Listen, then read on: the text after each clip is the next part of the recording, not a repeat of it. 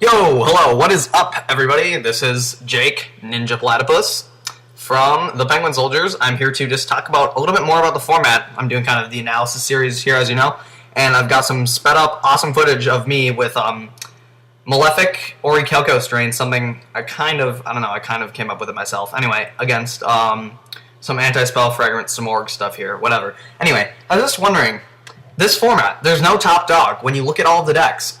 Like, literally, no YCS has been won by the same two decks, and you have this amazing diversity. You have Tier 1 composed of things like, you have Dino Rabbit, Windup, Mermail, and Agents even, maybe you could say. They've topped a lot in the 16s and YCS. And you have a lot of Tier 2 that can still compete, and you've seen stuff like Glads and Frogs that you thought would never come back. And it's common. It's done a very good job of competing and topping 16 one or many times. This is different. There were formats like Teledad where there was just one deck, Teledad, obviously, and there were formats like last format where you had a Dino Rabbit and was the primary thing, and not much else won a YCS, but you did have some rogues, but you had, Inzectors and Windups. Inzectors couldn't top, it was funny, and now they do with their stuff limited. But anyway, you had Windups and Inzectors, but primarily Dino Rabbit. You have 1 to 3 decks that do dominate a format, and now it's quite interesting because you have none of that, and I mean, it's changed over time. It shows that the decks that dominate, that top, are, even after they get hit in the format, they can still do well, and now it's really weird how there's no top dog to this format. There usually is a top deck.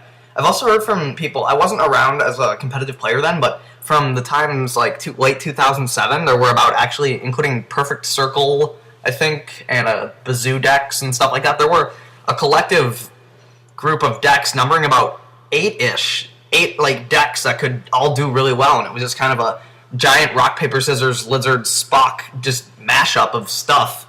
So yeah, that's another thing to think about just in this analysis series is there is no top dog to this format. You have a lot of good diversity, but a lot of people are wondering what is the deck to beat, and as it is, as the format goes along, decks change over time. Obviously, there are strengths and weaknesses to each, but the odd thing is that there's no top deck. Every deck this format can compete and it's been pretty static, not very kinetic, as in the top decks have been staying where they are. They are still the top decks.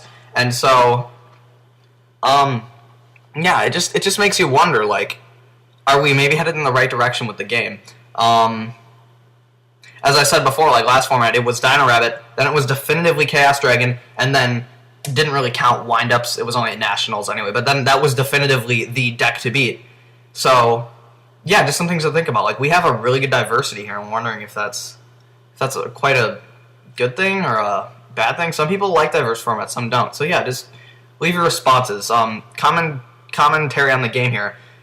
I love this deck he's playing. He just switches to Karma Cut. He double Karma Cuts. It's really funny, and I like what he's doing. And he makes an amazing BLS play. Yes, I realize I could have reborn something like the Dragunity, I think it was Legionnaire or something, or Ducks in his graveyard. Even the Sacred Crane, and I could have drawn a card, and I could have gone for game.